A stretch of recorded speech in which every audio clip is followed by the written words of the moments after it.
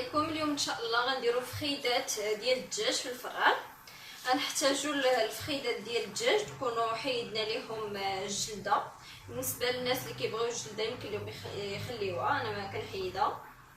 انا هنا كنت ديجا رقدتهم البارح، مي غنقول لكم المقادير باش رقدتهم. درت شويه ديال المليحه مع شويه البزار، شويه التحميره، شويه ديال الخرقوم، شويه ديال السكنجبير والثومه غبره مع شويه ديال الزيت.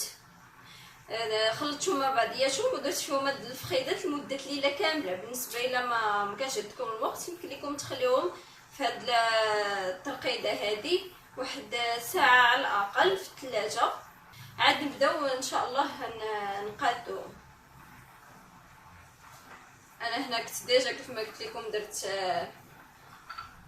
هاد الترميله البارح وخليتهم ليله كامله. ناخذ دابا عندي هنايا مورسو ديال الزبده وشويه ديال الموطار، غنخلطوهم مع بضعياتهم.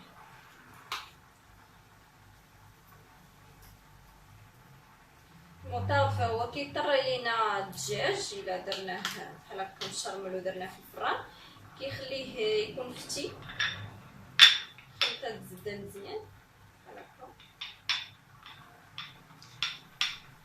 هاهي الزبده من بعد ما خلطتها مزيان مع الموطار. غناخذوا دابا هاد الفخيدات نستفهم بحال هكا.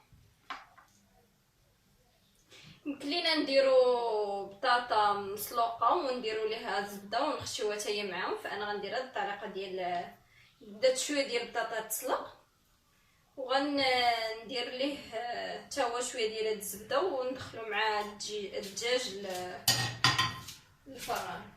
بالنسبه لها واحد الحاجه هي اختياريه اللي هي لا شابلور، يمكن لكم ديروه يمكن لكم تستغناو عليه، هذا راجع ليكم واش بغيتو ديروه ولا لا. فهو كيعطي واحد النتمه زوينه وواحد التقرميشه.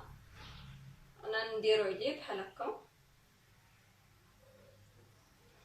نخويوه فوق من هاد الرجيلات.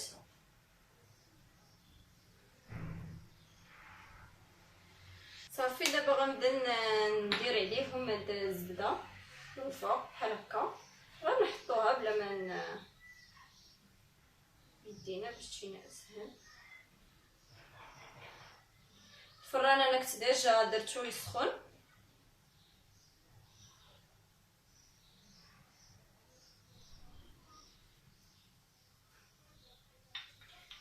وانا نستمر تنكمل الكميه اللي عندي ديال. انايا هنايا درت الزبده فوق من هاد الفخيده ديال الدجاج. انا غنغطيه بابي سولفيريزي وعاد نغطيه بابي الومنيوم وندخلو للفران حتى يطيبوا. من بعد نحيد عليهم الغطا ونخليهم حتى يتحمروا. هما الفخيدات ديالنا من بعد ما خرجتهم من الفران فهم كيتيو رائعين ولذاذ. كنتمنى تجربوهم. انا هنا رافقتهم ببطاطا اللي درتها هي في الفران من بعد ما سلقتها ودرت لها شويه ديال الزبده مع الموطارد. كنتمنى تجربوها. ولا بغيتو يوصلكم كاع لي فيديو جداد اللي تنزلت ابوناو معنا في لاشين وبصحه وراحه.